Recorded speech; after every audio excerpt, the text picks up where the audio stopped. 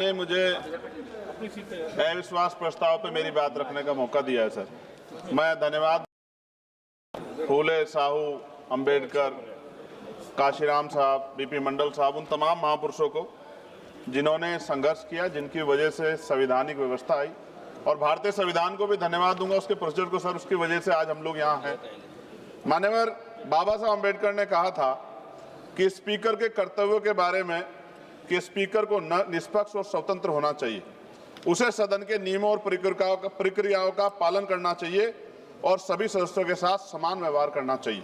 उन्होंने यह भी कहा कि स्पीकर को सदन की कार्रवाई को सुचारू रूप से चलाने के लिए आवश्यक कदम उठाने चाहिए, उसे सदन के सदस्यों को अपने विचार व्यक्त करने का अवसर देना चाहिए और सदन की गरिमा बनाए रखना चाहिए। बाबा साहब ने स्पीकर की भूमिका को बहुत महत्वपूर्ण माना और कहा कि वो सदन के संरक्षक हैं। कभी सर इधर से अव्यवस्था होती है, कभी इधर ये वाले नहीं चाहते, सत्ता पक्ष वाले, और हाउस डिजोल्व हो जाता है सर। और हम जहां से चुन के आते हैं सर, वो लोग उम्मीद करके बैठते हैं कि इस आदमी को वोट दिया, ये जाके हमारे विषय को उठाएगा, और हम ठगे से होकर चले जाते हैं सर। यहाँ से कितने ऐसे रूलिंग है सर, चाहे वो शॉर्ट नोटिस हो, चाहे हाफ ऑवर टाइम हो सर, एडजमेंट मोशन हो सर, आज तक नहीं देखा हमने। कॉलिंग अटेंशन पे अभी तक वो नहीं हुई। 193, 184 सर, इतने हमने दिए, कहीं गायब हो गए, पता ही नहीं चला सर।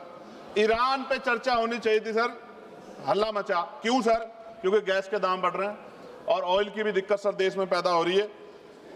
जो बिल आते हैं सर, हम उस पर इसलिए बोलना चाहते हैं, हम ये कोई ऐसा नहीं सर कि हमें कोई बहुत जरूरत है गिड़गिड़ाने की कि हमें बोलने का मौका दीजिए, क्योंकि जब इन बिलों को रिसर्च होगी, आने वाली पीढ़ियां करेंगी, तो हमारा पक्ष क्या था, हमारी आइडियोलॉजिकल हम कहां खड़े थे, ये देश जानेगा, आने वाली पीढ़ियां जानेगी। इसलिए हम बिल पे बोलना चाहते हैं, अपना पक्ष रखना चाहते हैं सर।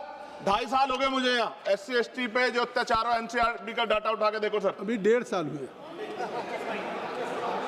1.5 हुए सर? अच्छा हुआ सर, आप जोड़ रहे हैं सर, अच्छी बात है।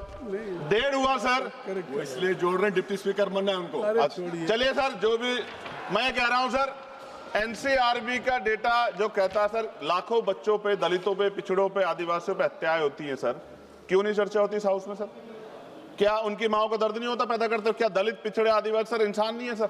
सर जयसलाल सरोज को सर जला के मार दिया, कफ्ताड़ की मां बेटी को सर अन्याय, और तरुण की हत्या कर दी सर दिल्ली में। आप मेरा सर दिक्कत ये है हम लोगों की, अगर हम यहाँ नहीं बोलते हैं तो हमारे क्षेत्र के लोग कहते हैं कि बोलना चाहते हैं, यहाँ लड़ते हैं तो हम ऐसे दिखते जैसे हम सर भीख मांग रहे हो, अपमान का घूंट पीते हैं सर हम इस सेशन में कि हम अपनी बात को रख सके, और हम अपनी बात भी पूरी नहीं कर पाते सर, क्योंकि आप वहां से ऑर्डर कर देते हो कि खत्म करो, खत्म खत्म। हमने तो आदरणीय होम मिनिस्टर बैठे, उनसे आग्रह किया कि सर आप चैम्बर में चले जाओ थोड़ी देर, कम से कम हम लोग बोल लेंगे अपने लोगों के विषय के बारे में, क्योंकि जब से वो बैठे हैं जिस तरह के इनसिक्योर आप हो रहे हैं, वो तो किसी छिपावा नहीं है, बिल्कुल नहीं छिपावा है। मैं तो आग्रह करूंगा आदरणीय गृह मंत्री जी थोड़ी देर बैठ जाए सर, तो हम लोग को बोलने का मौका मिल जाए। सर एक सेकंड, आप सबको समय मिल रहा है सर, आप बहुत, आपका सबसे ज्यादा, आप चेक कर लो, सबसे ज्यादा आपका होता है सर। डिप्टी स्पीकर नहीं बनाया गया सर, चेयर और पैनल की जरूरत नहीं पड़ती आज, अगर डिप्टी स्पीकर बन जाता सर। जब हम प्रोटेस्ट करते थे तो बहुत सारे IB के अधिकारी हमें वहां बाहर मिलते थे सर, आजकल हम उनको अंदर भी देख रहे हैं। क्या स्पीकर साहब को पता है इस बारे में?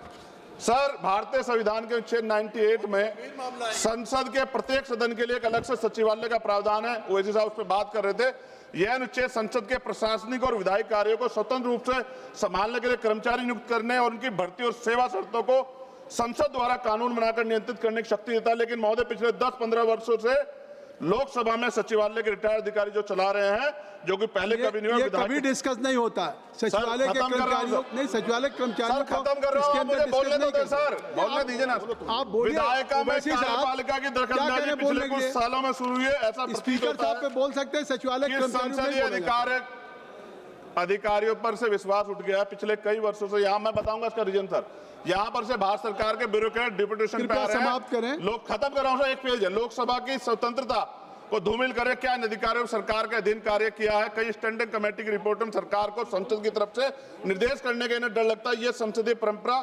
सर। सर आखिरी पेज सर, 1 मिनट 30 सेकंड दीजिए सर। सर क्यों कह रहा हूं, कितने डिपार्टमेंट ऐसे हैं जहां अभी बैकलॉग है सर, और यहां भी है सर 40% ज्यादा SC ST OBC के बच्चों के हक। सर 30 सेकंड भी दे रहे आप, 30 सेकंड आप मना कर दिए, मैं तो सच कह रहा हूं। तो आज आप बोल दीजिए। मान्यवर बहुत सारे बैकलॉग हैं, SC ST के बच्चों को, OBC के बच्चों को अधिकार मिलना चाहिए, नौकरी रोजगार मिलना चाहिए, इसलिए मैंने इस बात को उठाया। कई वर्षों से लोकसभा में नियमित नियुक्ति भी नहीं हुई, रिटायर्ड कर्मचारियों को समाप्त करिए। रखा है। माननीय लोकसभा के सदस्य कर्मचारियों के निकट में अब सरकारी सर हो गया, समाप्त कर रहा हूं। सरकारी घर की व्यवस्था सुनिश्चित की जाए। अब आपकी बात खत्म हो गई, अब समाप्त कर दें। सभी मैं माननीय सदस्यों से कहूंगा कि नहीं,